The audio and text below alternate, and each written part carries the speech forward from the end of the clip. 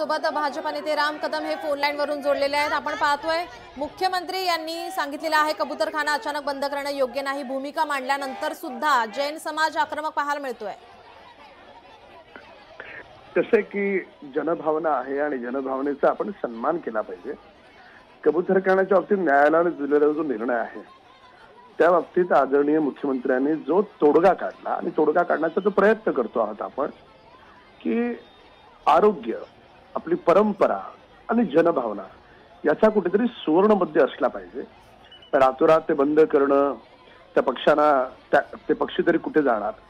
आणि काही असे काही व्हिडिओज आणि काही फोटोज पुढे आलेत की ज्याच्यामध्ये अनेक कबूतर दगावले गेले, अशा प्रकारचे ते पिक्चर्स आहेत। तर त्याच्यामुळे जीवदया करणारा जैन समाज असेल किंवा मी देखील स्वतः कबुतरांना धान्य टाकतो, तर कोणालाही ज्याच्यामध्ये संवेदना आहेत त्याला ते वाईट वाटणारच आहे। त्याच्यामुळे जैन समुदाय असेल किंवा जीवदया करणारे इतर बांधव असतील त्या सगळ्यांच्या भावना आपण समजून घेतल्या पाहिजेत। पण त्यांनी रस्त्यावरून आक्रमक होण्याची गरज नाही। हे महाराष्ट्रामध्ये जे सरकार आहे ते सगळ्या समाजाच्या भावनांचा आदर करणारं सरकार आणि अगदी जे त्यांच्या मनात आहे त्याच पद्धतीची भूमिका काल माननीय मुख्यमंत्र्यांनी मांडलेली आहे। तर लोकांचं आरोग्य देखील बिघडू नये, परंपरा देखील राहिली पाहिजे आणि जनभावना जी आहे जीवदया दाखवण्याची। धन्यवाद आपण दिलेल्या प्रतिक्रियेसाठी।